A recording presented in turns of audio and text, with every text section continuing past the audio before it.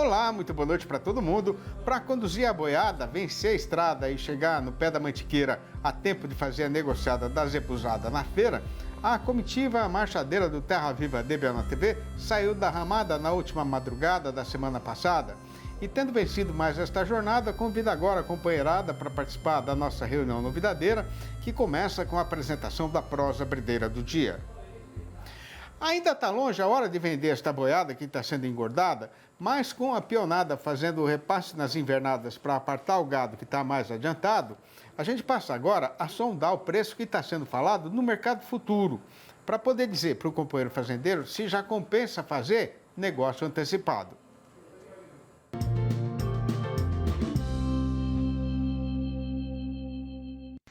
Olá, amigos do canal Terra Viva, aqui quem fala é Douglas Coelho, sou zootecnista e um dos sócios fundadores da Radar Investimentos.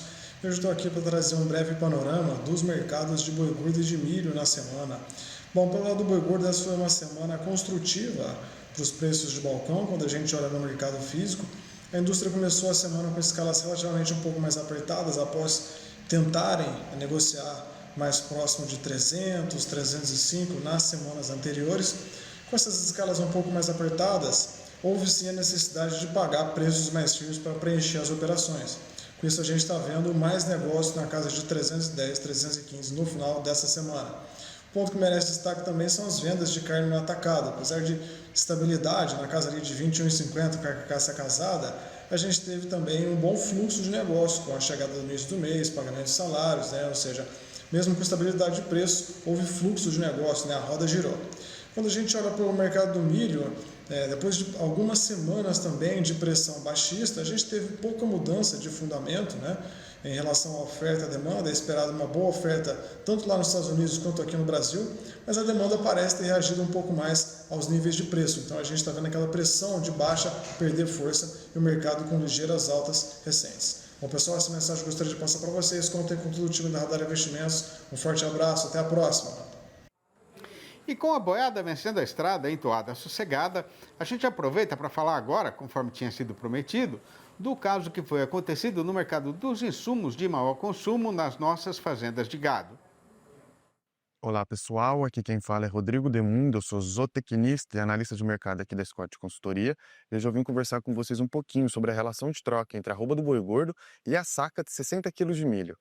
Segundo o levantamento da Scott Consultoria, nesse começo de junho, a saca de 60 kg de milho em Campinas, sem considerar o frete, ficou cotada em R$ 69,00, um recuo de 5,8% em relação ao fechamento de maio. E no mesmo período, a arroba do boi gordo ficou cotada em aproximadamente R$ 300,00, isso na Praça Paulista, considerando os preços a prazo e livres de impostos, um recuo de 1,8% em relação ao fechamento de maio.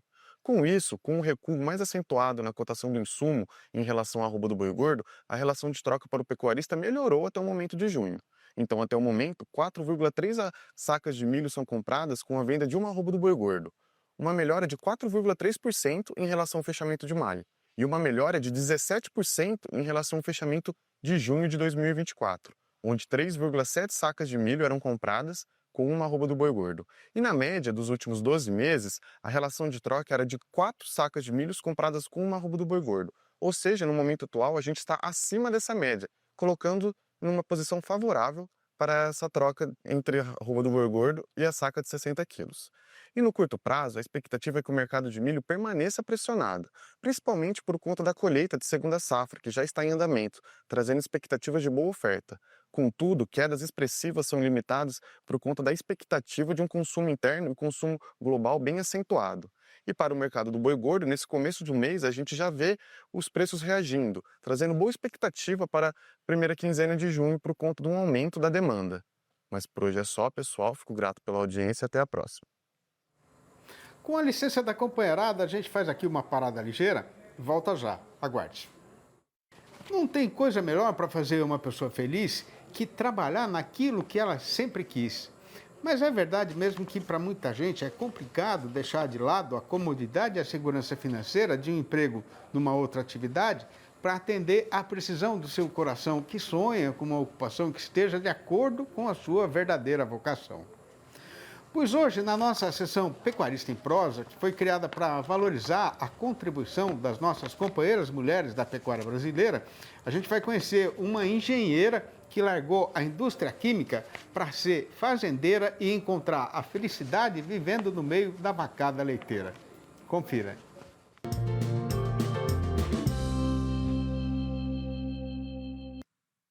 No Pecuarista em Prosa de hoje, eu converso com a Ana Lúcia Malta, que é pecuarista e produtora de leite com vacas Girolando Meio Sangue, lá em Bom Despacho, Minas Gerais. E olha só que história bacana. A Ana Lúcia se formou em engenharia química e trocou a indústria pelo campo. Ana, seja muito bem-vinda ao nosso Pecuarista em Prosa. Que alegria poder falar com você, viu? Muito obrigada. Eu que agradeço, Flávia, é um prazer estar aqui com você, com vocês que estão nos assistindo. É um privilégio estar participando de um programa que a gente dá voz para nós mulheres, né, de poder cada vez mais alcançar mais e mais mulheres, né, para uma se apoiando à outra. Eu fico muito feliz pelo convite. Exatamente, esse é o objetivo do nosso quadro, né? E Ana, você começou na pecuária do zero. Para quem tem interesse, né, em começar a produzir leite, qual que seria o conselho que você daria e quais desafios, né, você enfrentou? Então, por experiência própria, né, Flávia? O primordial, eu diria, o planejamento financeiro, porque é um negócio que tem altos investimentos. Então, fazer esse planejamento financeiro de acordo com a sua meta e objetivo do seu negócio. Porque existe vários outros pecuaristas de leite, né? Mas vai tudo da sua meta e objetivo que você quer atingir com a sua fazenda. Então, eu diria que o principal seria o planejamento financeiro. O segundo, eu diria que é começar fazendo um gado, no nosso caso, né, formando um plantel de animais de alta genética, porque uma alta genética eu tenho resultados em alta produção, porque ele tem uma alta capacidade produtiva. E, além de tudo, um animal de alta genética, eu tenho uma melhor sanidade, eu tenho uma melhor parte reprodutiva e eu consigo diluir as despesas fixas que nós temos na fazenda, né? Eu falo que principalmente é somente eu e meu marido no negócio. Então, o que a gente puder investir em tecnologia e investir num modelo de trabalho eficiente, a gente tem um melhor resultado no final. E, por último, mas eu falo que não é o menos importante, é amar o que faz. Amar a sua escolha de estar assim, na pecuária de leite, porque todo carinho que você transmite para o animal, isso tem retorno em produção de leite. Então, todo bem-estar que a gente puder fornecer, a gente tem um retorno na produção. Durante esse processo, você teve que deixar a indústria e se tornar produtora rural, né? Um grande desafio. E você enfrentou, sentiu algum preconceito por ser mulher? E mudou esse cenário atualmente? Sim, o Flávia. Eu sempre, na indústria, eu trabalhava já em um ambiente masculinizado, né? Trabalhava com uma equipe muito grande, mas vindo para o campo, uma mulher jovem, que ficou 10 anos numa indústria. Na última função, eu ficava mais na parte de gestão, de administração. E trocar todos esses anos de experiência, né, para seguir um sonho, que sempre foi um sonho meu de poder empreender e que se fosse no agro, mas a pecuária ela é desconhecida para mim. Então, a partir do momento que eu busquei toda essa capacitação técnica, né, esse conhecimento, eu consegui também demonstrar a confiança para as outras pessoas que muitas das vezes duvidavam. Então, eu consegui mostrar que eu conseguiria também ter a mesma entrega que se fosse no homem. É claro que eu falo, eu tenho as minhas habilidades e o homem tem habilidades dele. E junto a gente se soma. Então, não é uma competição entre homem e mulher. E sim, usar as suas habilidades a seu favor. E eu, para por isso, né, que eu passei de sentir um pouco desse preconceito. Eu brinco que eu quis dar esse apoio que eu tive em outras mulheres que me ajudaram muito. Então, poder retribuir todo esse apoio que eu recebi no meu começo de transição de jornada. Porque eu recebi apoio de muitas mulheres pecuaristas, muitas mesmo. Não só pecuaristas que está dentro do agro, né? Então, hoje eu vejo como um agradecimento poder retribuir com essas mulheres, fortalecer mesmo o nosso elo, a nossa cadeia, né?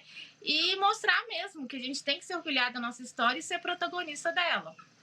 É muito legal o seu posicionamento em fortalecer, né, as mulheres e retribuir esse apoio que você teve. E a gente vê justamente isso hoje em dia, né? Mulheres em posições de liderança, gestão e comandando as suas propriedades. E hoje, qual que é o tamanho da produção de leite de vocês por mês? Qual que é o panorama que você traz? Hoje nós estamos alcançando aí quase 20 mil litros por mês. Nós tiramos aí por dia 700 litros. E a gente, Flávio, começou assim, bem do pequeno mesmo, sabe? No início a gente não tinha nem capacidade de volume de produção, né, na verdade, para o caminhão de leite vir pegar o nosso leite. Então a gente tinha que levar o leite para um vizinho que também tirava leite e mandava o nosso leite junto com ele. Então a gente começou com um volume muito baixo, a gente tirava aí 20, 30 litros por dia. Então hoje ver que a gente consegue, tem capacidade, né, de produzir 700 litros por dia é uma gratidão e um orgulho mesmo por tudo que a gente já passou em um tempo curto, né? Tem 1 ano e meio que a gente veio para a atividade. E, além de tudo, a gente está vendo todo aquele investimento que a gente fez no início, né? Que foi investir em animal de alto padrão genético, né? Retornando na produção. Então, a gente fica muito feliz em poder ter esse regime eficiente e produtivo. Uma evolução constante, né, Ana? E você tem um cuidado todo especial com as bezerras, a escolinha da ordenha. Conta pra gente como que isso funciona e qual que é a importância dessa escolinha. As bezerras é o futuro da fazenda, Flávia.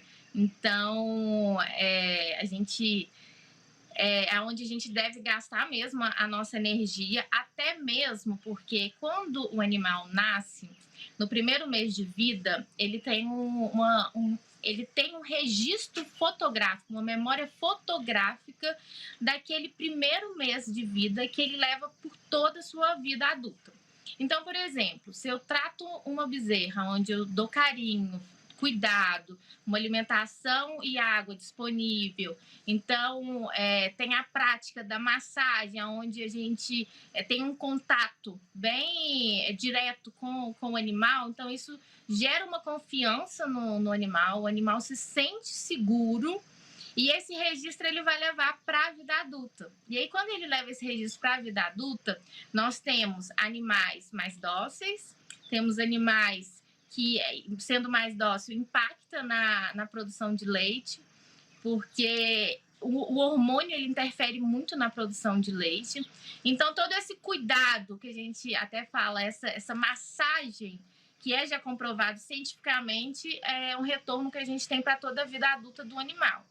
E além da escolinha, né, que a gente costuma falar, antes da novilha parir, 1 mês antes, a gente já passa ela na ordenha para ela poder acostumar com o ambiente, acostumar com nós, manejadores, para não ter nenhum estresse pós-parto. Então, ali ela já se sente segura com o ambiente e confortável, e aí evitando qualquer estresse pós-parto que possa aí implicar na sua produção de leite.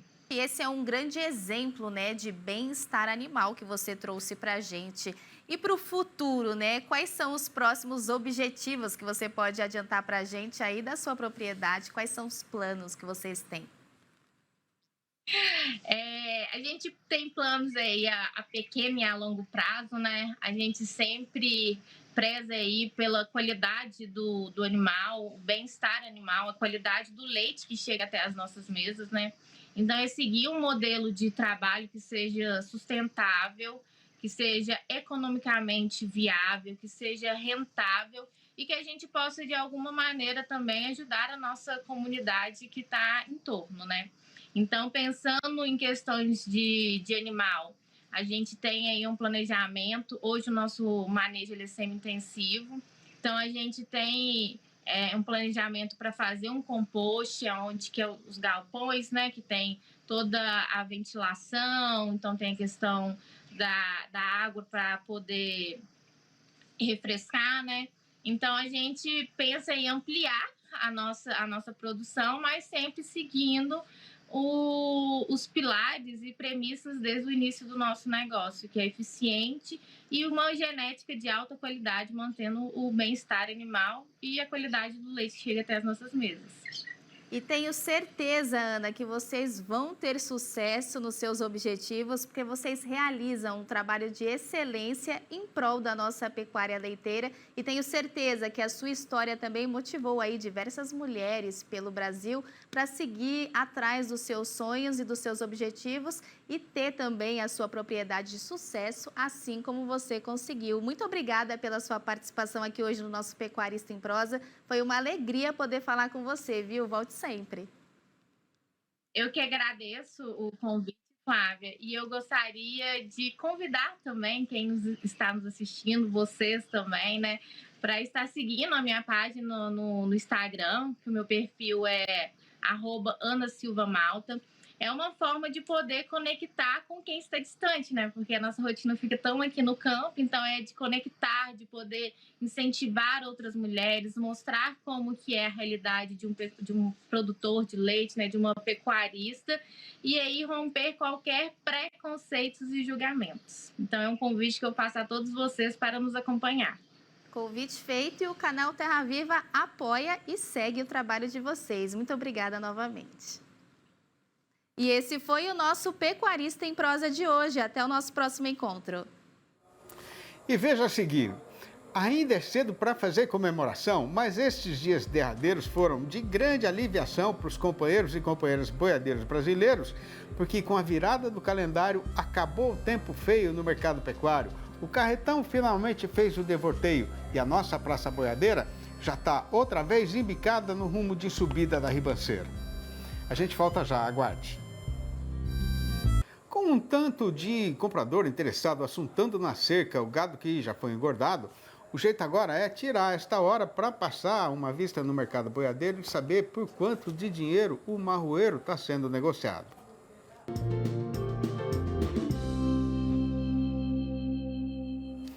Ainda é cedo para fazer comemoração, mas estes dias derradeiros foram de grande aliviação para os companheiros e companheiras boiadeiros brasileiros, porque com a virada do calendário e a entrada do mês novo, acabou o tempo feio no mercado pecuário, o carretão fez o devorteio e a nossa praça boiadeira está outra vez embicada na subida da ribanceira.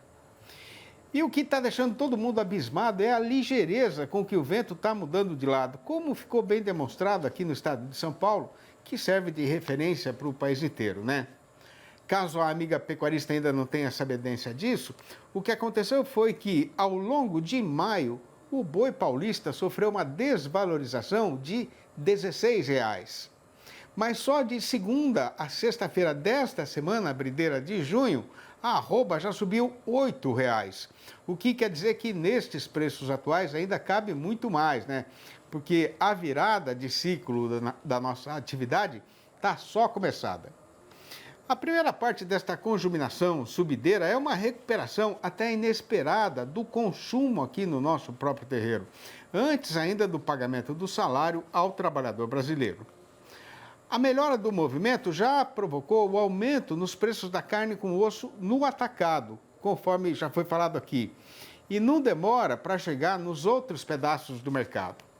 No comércio atacadista do produto sem osso aqui em São Paulo, por enquanto o valor médio dos cortes comercializados ainda caiu 0,5% nos últimos 7 dias contados desta quinta-feira passada para trás.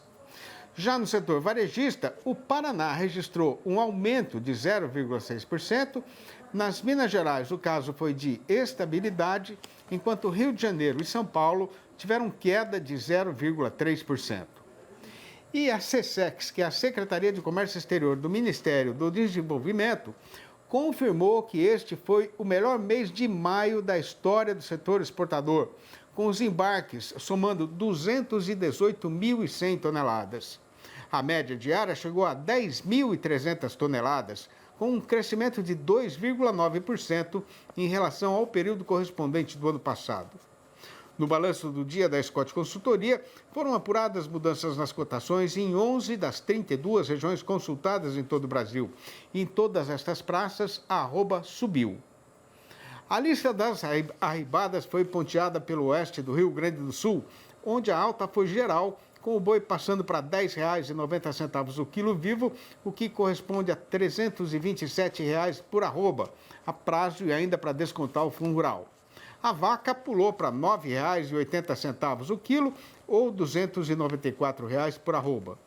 Em Santa Catarina, o reajuste foi só para a fêmea, que já está valendo R$ 285. No sudeste de Mato Grosso, a vaca avançou para R$ 280. A mesma coisa aconteceu em Três Lagoas, no estado de Mato Grosso do Sul, com a fêmea indo igualmente para R$ 280. Em Dourados, a vaca aumentou para R$ 285. Em Belo Horizonte, a capital das Minas Gerais, e também na região norte do estado, o boi foi levantado para R$ 290. Em Redenção do Pará, assim como em Marabá, o macho avançou para R$ 280. No oeste do Maranhão, a vaca despiorou para R$ 245. E no norte do Tocantins, o boi reagiu para R$ 250. Num tempo de antigamente, o Cido Valente, conhecido de lida da gente, na vida tinha sido muito ruim, não tanto assim de não gostar de ninguém, de nunca fazer o bem e ter prazer de espalhar maldade. Quando ele foi falecido, saído do leito de morte para procurar o seu lugar no eito da eternidade, bateu no céu, mas não foi aceito. Quis ficar no purgatório, mas seu peditório foi recusado. E nem no inferno o demo deixou ele entrar. E sem ter perdão, virou corpo seco e hoje vagueia pelo sertão na forma desta assombração. Esta trovinha de assustamento própria para ser recitada em noites de sexta-feira é uma das mais de 800 trovinhas rimadas que eu já escrevi desde que começou esta minha lida versejadeira, que tem como tema a beleza da vida e da cultura sertaneja. Todas elas estão publicadas nos 4 livros da minha série Versinhos de Caipira. E se o amigo e a amiga quiserem saber como fazer para comprar um exemplar ou a coleção inteira, podem ligar diretamente para o meu telefone pessoal no número 11 98 224 1807. Eu vou repetir. 11 98 224 1807 ou mandar um e-mail para sidneymasco@uol.com.br ou ainda achar meu nome lá no Facebook. E com o serviço feito no jeito que tinha sido combinado, a comitiva larga o eito e põe a boiada de novo na estrada, fazendo a despedida e deixando prometida a volta do Terra Viva DBO na TV para segunda-feira, às 6h30 da manhã e às 7h25 da noite. Um abraço, um maravilhoso final de semana para todo mundo. E até lá, então.